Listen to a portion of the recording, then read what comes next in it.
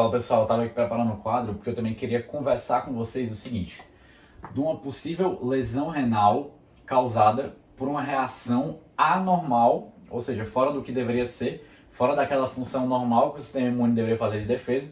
Ele passou aqui um pouquinho do ponto, uma reação anormal que acabou causando uma glomerulonefrite, ou seja, uma inflamação ali na região do glomérulo e do próprio néfron, tá bom?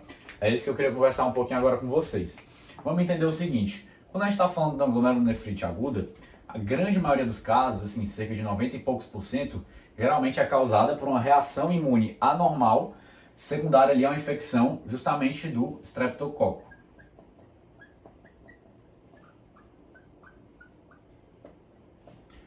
Então vamos entender um pouquinho como é que isso acontece. Digamos que a pessoa teve uma infecção ali pelo streptococo, tá bom?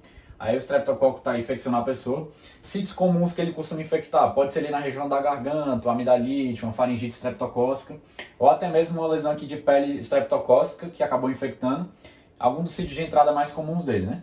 Após isso acontecer, a gente vai ter, então tá aqui, vou desenhar aqui, né? Digamos que esse asteriscozinho aqui é o streptococo. Ele acabou invadindo ali um dos seus sítios, a gente vai ter uma reação imunológica. Se a gente tiver uma relação imunológica anormal, o que pode acontecer? É isso que eu vou agora conversar. Então vamos lá. Digamos que o streptococo invadiu ali um desses sítios que eu falei para vocês mais comuns, né? A garganta ali na região, ou até pela própria pele.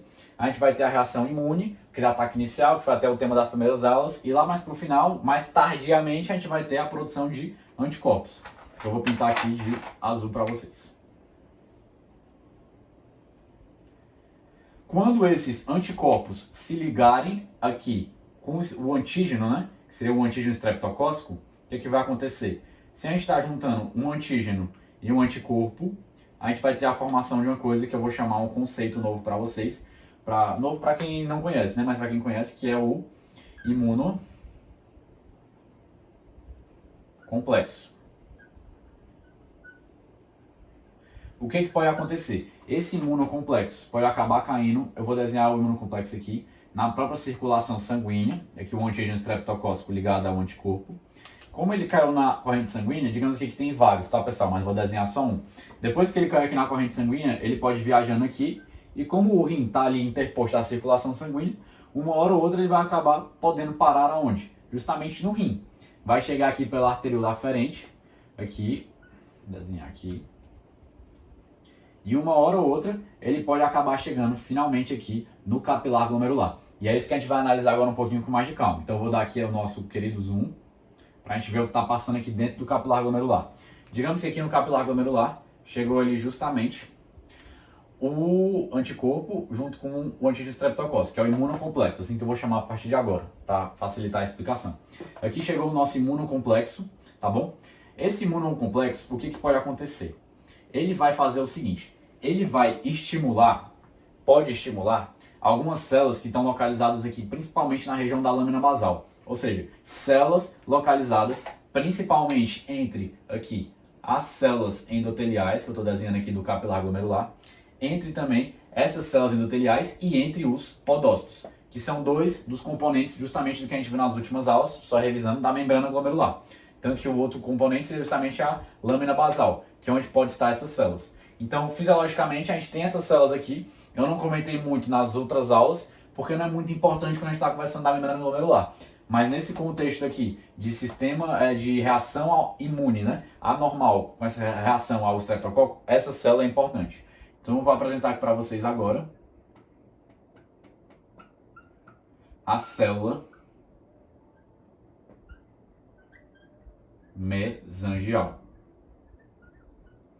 Com a chegada desse imunocomplexo aqui e o acúmulo, né, de vários deles, vou começar a acumular aqui.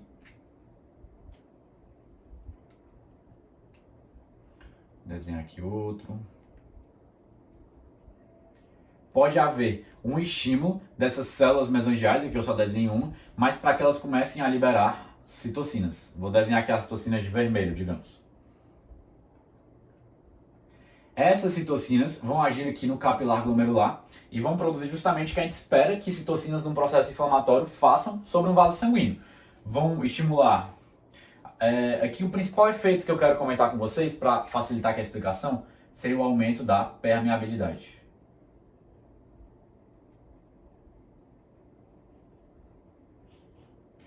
Se eu tenho um aumento da permeabilidade, o que pode acontecer? Pode começar a passar coisas que não deveriam passar. A exemplo de proteínas, que a gente sabe que em condições fisiológicas não passam pela membrana glomerular, ou seja, passam às vezes tipo, só uma em milhares, então é muito difícil passar, e também células.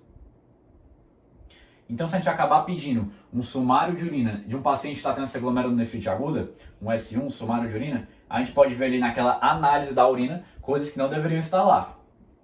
Proteínas, células poderiam ser, exemplo, né? Hemácias, tá bom? Então, e além disso, além de poder aumentar de maneira muito bruta, né, a permeabilidade, e assim, passando coisas que não deveriam passar, pode também, a gente tem vários capilares glomerulares, né, que eu só desenhei um, mas digamos que a gente tivesse outro, né, aqui no meio desses novelos, de vários capilares glomerulares, que é justamente esse glomérulo. A gente poderia ter alguns que acumulasse tanto que obstruísse aqui a passagem. Se obstruísse, a gente podia ter justamente um prejuízo também da taxa de filtração glomerular. Então a gente poderia ter um prejuízo, porque como não estaria aqui mais... Deixa eu só desenhar aqui nessa extremidade aqui do capilar glomerular, né? Como não estaria aqui chegando de maneira adequada, né? O próprio sangue poderia ter um prejuízo da taxa de filtração glomerular. Tá bom, pessoal? Então, era isso que eu queria comentar um pouco mais com vocês sobre a própria glomerulonefrite aguda.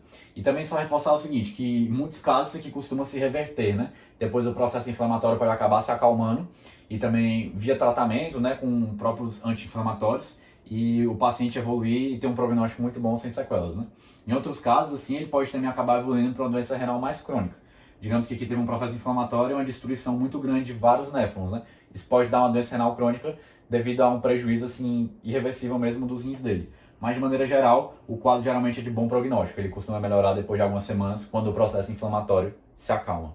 E as coisas começam a rodar de maneira adequada novamente. Show?